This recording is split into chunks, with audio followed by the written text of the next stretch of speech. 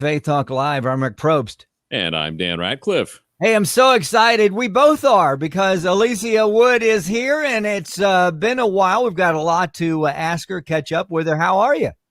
Oh, I'm good. It's always fun to be with you guys. You're never quite sure what's going to come out of your mouth. So, no, I'm here. We're never quite sure what's going to come out of our mouth. So, there you go. Knowing that, honestly, don't you feel for our wives? I mean, a daily and our bosses.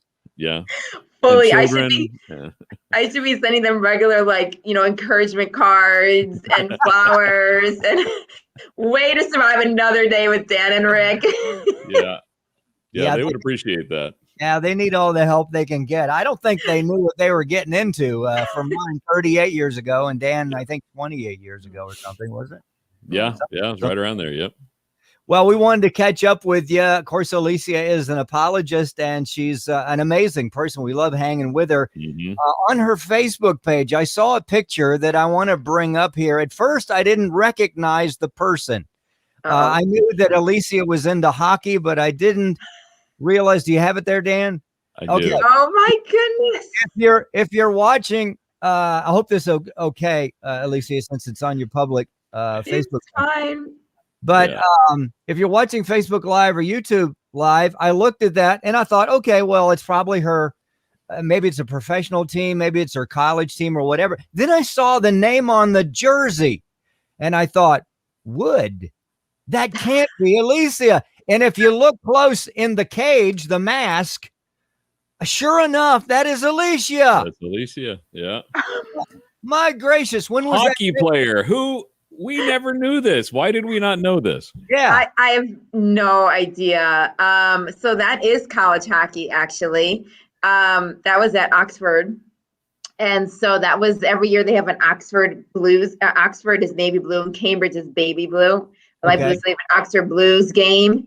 And so that was actually the big, and that's kind of like the game that matters. That's the game of prestige. Like you may win your whole season, but for Oxford to beat Cambridge or Cambridge to beat Oxford, that's what you're striving for. But we lost that game, sadly. But but you look, I mean, the intensity in your face there, that was awesome. I don't think she does anything halfway. I mean, we've known now for what, 3 or 4 years. So, I mean, come on. Yeah. Let's see that again. I mean, look at that. Yeah, that's awesome. Do you still have that jersey? Oh, yeah, absolutely. Yeah, I do. I have that jersey. And so that was in England, and in England, there's no obviously NCAA rule. So you can play hockey no matter what age you are, play sports no matter what age you are. So I was actually, I think 31 or 32 when in that picture, and I was playing college hockey. So hanging with the 18-year-olds. Now, did you play hockey growing up? That's what I was going to ask. So I started hockey. When I was around 10, my mom's friend said, I want to take Alycia to a hockey game for her birthday. I was like, hockey? Who likes hockey? Like, take me to basketball or something cool, But I went, and it was the Rochester Americans hockey team in the AHL. And I went, and I was just the first minute, I was like, this is amazing. Like, there is nothing like a hockey game live. Like, I've heard some people say, I don't like hockey, but when you see it live, it's just different. Action and fun and good vibe. It's just great. Yeah. Especially if a fight breaks out. I mean, of course, that helps too. Yeah. My oldest son, I took him to his first game. I mean, he's 32 now, but I took him, and I guess he was 9 or 10 or something. And the first fight was 1:45 in. And he was like, Dad, they're fighting already. They're fighting. So excited. I'm like, well, that's what they do. All right, I'm going to get a little personal here. Can you come a little closer to the camera? Are those your teeth? Or did you have to replace them? I actually just got 2 fillings filled yesterday. Oh boy! But hockey has not knocked out any of my teeth. In all my leagues, they make you wear a face page and a mouth guard. All right, awesome. Well, that's exciting. I saw that and I was like, oh my gracious, look at that. We got to say something about that. Alycia Wood, one of our favorites, apologist here, and we were just chatting before we came on live. And we wanted to see, I know you're speaking some, we're not quite out of COVID. I mean, we're getting there. Are things loosening up more for you or about the same? What? Yeah, they are starting to loosen up. I mean, you're exactly right. We're not fully out of COVID, so it's hard for people to plan events. Universities aren't sure what's happening in the fall. So college ministries are, they don't know necessarily what to plan. And so I'm still doing Zooms for a lot of people, but I'm also have been able to visit some youth events that are happening during the summer, not necessarily youth camps per se, but kind of like youth apologetics, theology kind of camps. And so I've been able to do a little bit of that because there's not much gathering. And even they've had to be selective as to which states they're in because of the number of kids and the spacing. So it is tricky when you have a job that is like with people, talking to people, close, one-on-one. Yeah. Yeah. And as we were talking before we got started here, you said you're talking about a variety of different things this summer, but in specifically the cancel culture that we see is so pervasive in our society over the last, it seems like just recently, maybe it's been going on longer, but it seems like recently it's really gotten this way. Talk about what you're talking about there with the kids. Yeah, it's cancel culture is so interesting, and for a number of reasons. Number one, if you're not familiar with cancel culture, we used to think of like canceling a debt of a person, which is an act of mercy, or canceling a birthday party, and we took the word cancel, which applied to things, and we applied it to humans. So instead of it being an act of mercy, canceling your debt that you owe me or something, it's like, I'm actually going to cancel your existence. I don't want you involved in my life because of something you said or did, no matter how long ago it was. And so anybody can be canceled. Like even like Ellen DeGeneres was canceled. I mean, J.K. Rowling, Harry Potter was canceled. Anybody can be canceled. Christians can be canceled. It doesn't matter. And so, just kind of helping people to think through how cancel culture is so anti-Christianity. Because you can't have the word grace in a cancel culture society. You can't have the word forgiveness in a cancel culture society. And you most definitely can't have the word redemption. There's no redemption. You can never be broken and made new. They're just broken and eliminated. Yeah. Wow. Alycia Wood, an apologist, and we love her, and we love the fact that she is talking about this and other topics. Like Dan, I don't know. Was I sleeping? This just kind of exploded, and now this is all I hear now. And my concern, obviously, is canceling folks, but also if this keeps on, if this continues to grow, if we allow this in whatever manner, what's going to happen? What are we looking at as far as I mean, Christians, I mean, the church and our message is they're trying to cancel our message. It's actually a question I asked the audience. So it's interesting that you asked that to me. As I say, imagine a world where there's no forgiveness, there's no grace, there's no redemption. Imagine what it's going to be like to live in a world like that, and how challenging that would be. I actually want them to imagine when you mess up and that becomes your defining moment, and you can never fix it. You can never be anybody but that mistake and that error. And it's a horrible future to think about, and it's something we really need to not embrace.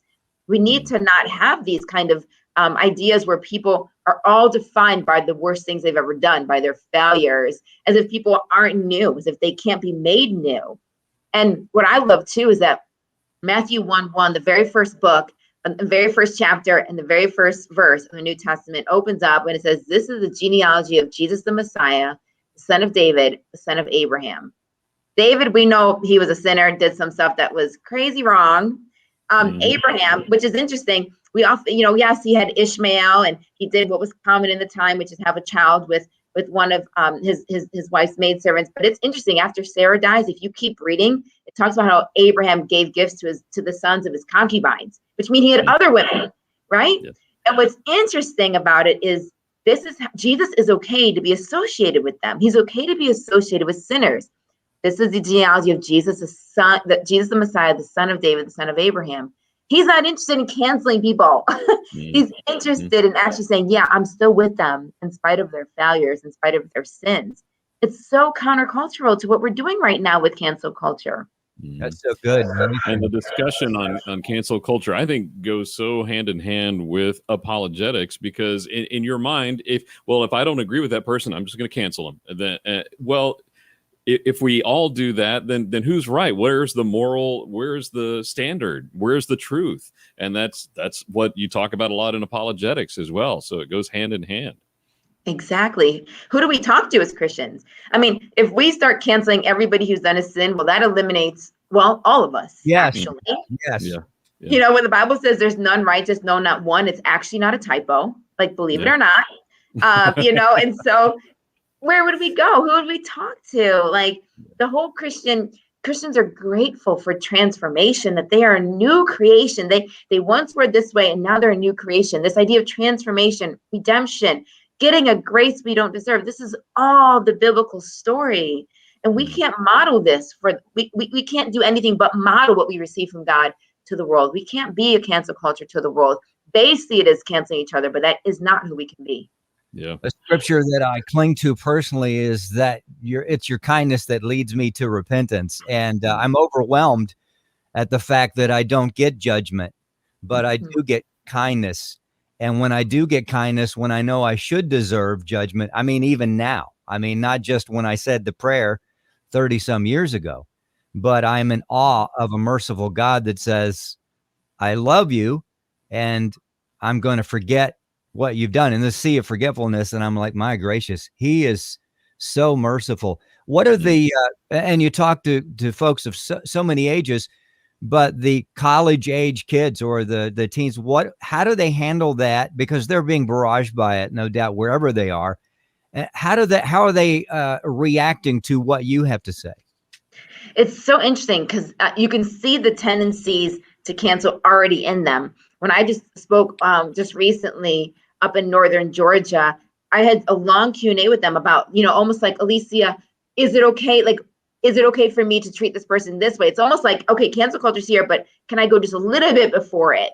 Like they're trying to see how close can I get to cancel culture without canceling. And I keep trying to let them know, because we never want to devalue people because of what they've done. It's one thing to say, I disagree with what you've done. We can say that. We can absolutely disagree with what somebody's done, and we should. But it's another thing to devalue and saying, I don't even want to see you. I don't want your existence. That's a devaluation. Yeah. And so they're really wrestling with, how far do I go?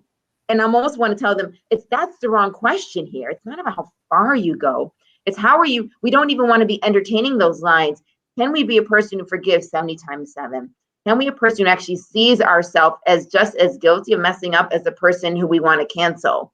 When we see ourselves on the same level as other people, where God is the standard and we are all down here, you know, working up to that standard, I think we're much less likely to cancel because we see ourselves as the person who should be canceled, and helping them to kind of navigate those lines. And so there's a lot of questions around that, where they're really struggling with how to love, but also stand up for justice, but also be godly, but also not conform to the culture, but also accept some forms of the culture. These youth today, I mean, it's just a world that is so challenging. It's so challenging. Yeah. And unfortunately, a lot of times it's easier just to go, all right, I'm going to cancel everything rather than fight the hard fight and really do what God has called us to do. Exactly. Well, it causes us in some senses just to be quiet because you don't know whose feathers you're going to ruffle. Mm-hmm. And you want to, you want to speak the truth, but it's just a crazy time now, even as an adult.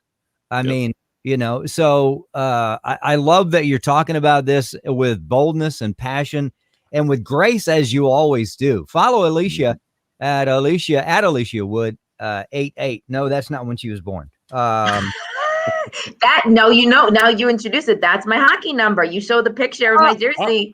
That's right. There you go. Well, here, let's see. Let's show that. Yep. That's 88. There you go. 88. Hey, if you're walking down the street and you see number 88, you might need to run the other direction. She will check you into the boards, brother. Alycia Wood, what else are you talking about? I mean, cancel culture is obviously important. What else are you talking about as you speak? Yeah, I mean, of course, the questions of atheism. The latest one that have been talking with some young adults about is oftentimes atheists say they don't need to provide evidence. I started asking people, realizing one day, I'm always giving evidence for Christianity. What's the evidence for atheism? And oftentimes they say, well, I don't need evidence. I'm just denying your claim. And it's helping them to realize, yes, you are denying my claim. And so therefore you're just saying, I don't believe you. And so that I get that you feel like you don't need evidence. But my question is, something is framing how you view the world. Something is framing how you live your day-to-day life. Something is framing how you see people as valuable or not valuable. Whatever that is that's framing, what is framing you? What is the evidence that that is the right framework to have? And so I'm trying to walk these Christians, young Christians, through some ways to respond when atheists say, I don't need evidence. There's no reason for me to give evidence. I just don't believe you, and I'm just going to live my life. And I really want to say, well, so many people accuse Christians having a blind faith. That's just not true. We believe based on evidence. And so here I have evidence, and then I ask the atheist for evidence, and they don't have evidence. Like, one of us doesn't have evidence, but it's not the Christian. One of us doesn't have evidence, but it's not me. Mm-hmm. Alycia Wood, what do you do about folks that say, and this is probably an older response, maybe, I'm just assuming here, folks that say, okay, I don't believe, I mean, that's good for you. You know, I'm not hurting anybody. I'm just a good human. I'm loving people. I'm not even canceling people. I'm just good. I pay my taxes. I hug my dog. You know, I cut my grass. The HOA loves me as well. So, you know, it's all good. I'm not ruffling any feathers. And it's almost like, oh, okay, well, you get a pass, but they don't. Yeah, well, I would say to them, that's great. I'm glad that you love your dog. I'm glad that you were great to your neighbors and your friends. And if being a good person is the criteria to getting into heaven, then you're going to be set. But if it's not the criteria, then you might be in trouble. If we were we were morally perfect, never did anything wrong, okay, I could say, all right, God, I'm morally perfect, I'm going to heaven. But if you've done something wrong, what is your argument then going to be to live in existence with a perfect being? And so I think oftentimes people think, oh, I do all these really good things, and so I'm good, and so I should be good enough. And my question is, well, how many good deeds do you need to do? Yeah, I don't know the number. Is it 20,000? Once you do 20,000 good deeds, you love your dog even more. You get another dog and love that one. Another good deed. You make another dessert for your neighbor. That's another good deed. So what's the number of good deeds you need to do to be good enough? Is it 20,000? Because then it really stings for the person who passed away only doing 19,999 good deeds. Yeah. So I don't know if I really want your system of doing good deeds because I haven't kept track of all of mine. How do I know I've even done enough in my life? Yeah. So I just want people to sometimes think through some of that. Yeah. And that takes work. And we're in a culture where we don't want to think about things. We just want to just go, nope, that's not me. And I'd cancel you. Yeah. Mm-hmm. Yes, exactly. Yeah. It takes work to do that self-evaluation. It takes work to say, yeah, I am good, but I don't know how much good I've done because I am kind of a selfish person. And maybe I'm doing the good deed for my neighbor because it makes me feel good, not because I want them to have the dessert.